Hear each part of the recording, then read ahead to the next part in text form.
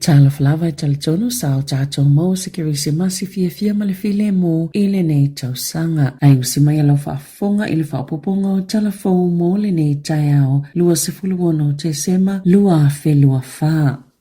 O ni usila le atunu mua i malo le taupulenga, sa whaasalala waile whaamanianga le kirisimasi le tupo sa lesa. Masa mumuli atu lana au mo le kirisimasi, mai se malu la ititi tutono se fale mai tuwai, ai le o maota o le tupu pei ona masani ai. Sa whaafetai le tupu le au onanga fo mai, ona o la lato tautua mo lo lato tau maunga ila lato ngā luenga. Na ia whaafetai i lato lo tau siei si tangata masao no ai. E lava se vaenga o le o langai fianga i ele tangata taito tasi mawhainga tā, a le o le tino, o le mawhau. Ai o le mamau e o i ele fisosani o le tasi i leisi, o se fuafo i le o le whengarenga lea i malengalu lue whaatasi, wa iei malo ta i tasi. Ilana saunanga male Fitzrovia Chapel i lone tona, sa ia whaafetai ei fo i tangata umana o folo whaato, e alai upu whaamawhanawhana mawhaala e au. Sa ia toito mana toa ilana asia singa ile nei tausanga, i le vasa Pasifika ma Australia. Masafa manatu atua i a te ia le tasi whelano lanua i o anganuu, mai tu aingo tangatanu ese whaapele whaatuatua wa maua i le malosi, ai le o le vai. Na tā ofo i le tupo sa lesa, a afianga o tangata mai taua ma whewai a inga, o lo wha awau pia au fisa sa i tūtutonu, Ukraine, mani vaenga o Afrika. O le wheaua a ngelu i le au leo mamoe, o le ai e le file mo i le lalangi, ma ua moni i le neivai tau mo tangata, o lo whaia lelelei ile nei lalolangi. Masai o fuatoia na whaamanianga mo se kirisimasi fia ma le file mo tangata uma. O le saunuanga whaamania le tupo Peritania e masani lavona puena le Buckingham Palace. Po le Windsor Castle ile masino te sema ma whaasalalau i televise ma leite o i le tolai tolo i le awauli o le aso kirisimasi i Peritania. O le urua i whaasalalau ngol whaamanianga le kirisimasi le ainga tupo Peritania na sauno i ele tupo si ausi le 5 i le tasiva tolulua.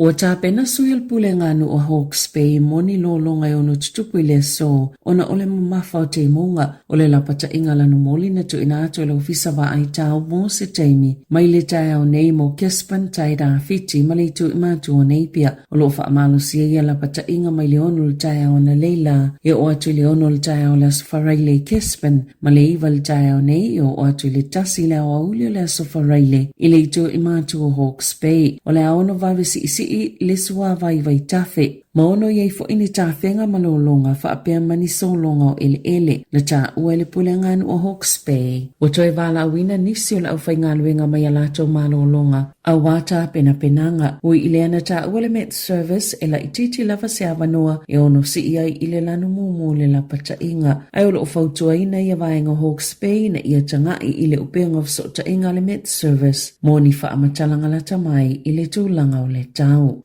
E to olua tangata na maliliu ina whalaulawe ese le Christmas Eve po le afiafi a olumana ai le kirisimasi i tauranga maleitu i mātua o Kilani e whaapea na mau i soifua se aveta avale ma se tangata ti e wilafi na ta ue leo na umaleolo se tangata ti e wilafi na ua whetaui ma se ta avale i Lloyd Street i Parkway o le tauranga i le te ole valu i le afiafi lua i tu la mulmuliane na malioi fo i seisi tangata se whalaulawe na tai e se ta avale tasi le Bahio Road i Wharehine i mātu o Aukilani. Na ole aveta avale na malangai, masama liwa i lava i le mea na tupo i le whaalavlawe, petusa ole i tūlai se folu i le pō. E o mai le tai awa na nafi. O lo tu mau pele to olua na maliliu i lungo o wala titele, talo na amata whaamamaluina so malolo le kirisimasi, ma le tausanga fou, le e whaamai aina alo i e leono i le tai au, o le aso tolu o Januari lua awhilua 5.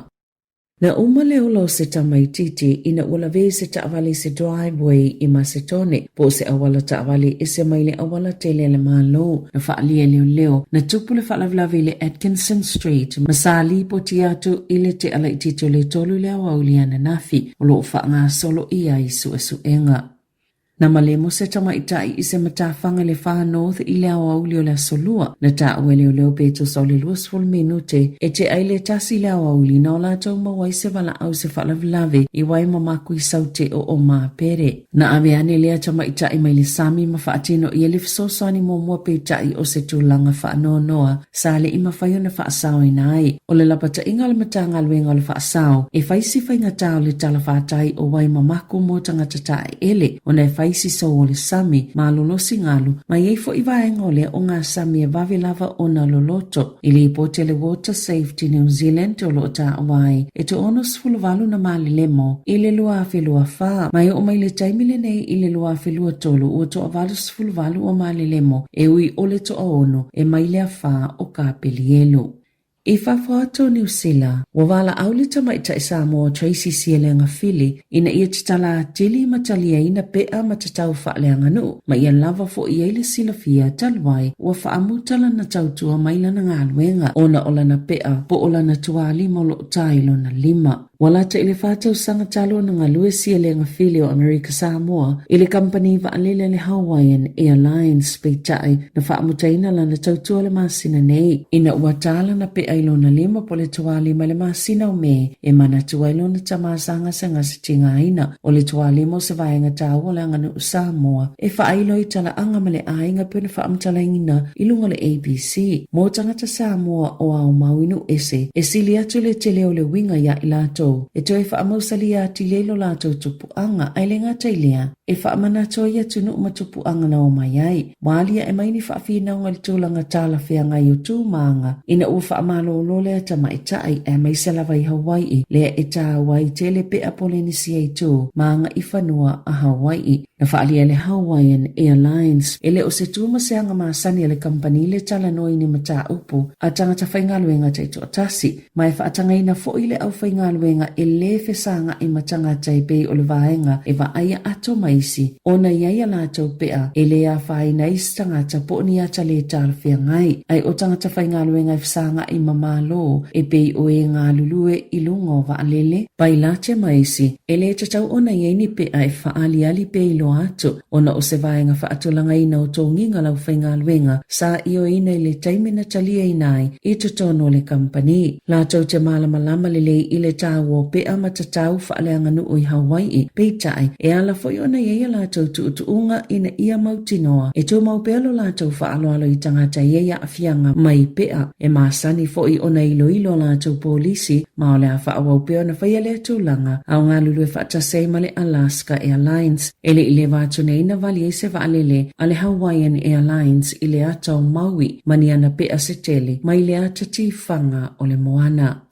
O se vaalele na lele mai a Sapaitian Molusia na lipotia na pauelata i le aio aktau i Kazakhstan i le asolulu ma se pase se to onus fulfitu ma le au va ai to lima na faasilsila le malo Kazakhstan e to olus fuluiva na faasaoina ai to tolus fuluvalu na mali liu. O ni ata video na faalauloina na ta waile va aio le vaalele le safa atautaya e le Sapaitian Airlines na sasao mamui le taimi na tūlau ele ima sava ai fo ile alua ai o se asula no liuli na faalia le company vaalele na lele va amai paku fa moi mo crossni le lau mo check ni ai Lucia peita ina fa amalusia na fa anatinati le tūlau ele peto samale 3 kilomita maile a aio aktau na faalia le faalapo tupotonga o Tala Fou i Lucia na toi sui le ala e wia le vaalele ona ole titele ole pua o ai krasni. I ta alonga e mawhaiana au kilikitia tama ita i New Zealand na ta alu se ta amilusanga e ofia tua i le ipola langi le tausanga asau mo kilikiti ta itasi aso ina ufaya ina ita alonga umol ta amilusanga ma Australia na manu malo Australia le ta alonga lo na tolo o le ODI Wellington e sa manu malo fo i ile ta alonga mo mua. Na ta ue whaape mo o mia le whaalongolango le White Ferns i whai ungo isi ta alonga. E otometia i le mawalona awanua mo le ipola langi kilikiti ta itasi aso i le maasina o se te mai intia. O le White Ferns o lo siampini langi i le T20 po le ta alonga i luas full over. Watulanga ono New Zealand le whaatulanga ngau au kilikiti ta maita i le ICC Women's Championship. Wa valu ai nei whaia ina soso o le au basketball le Breakers New Zealand i le taamilusanga le ANBL. Ina ua whaia ina le Jack Chambers i le aso ke risimasi e ivas fulfitu i le valu se fololua. Wa tūlanga i vai nei le Breakers i le taamilusanga le ANBL. O le taimi mumufo i le ufa i se taalonga se au aloa New Zealand i le aso le ke risimasi. O le isi taalonga le Breakers la whaia lea i le afiafio le stolta se te sema taimi New Zealand i le afo le iwa e taalo e mali Taiban sa Cairns. Tala Fou ia mali si ufonga le laumua mo le nei tai ao.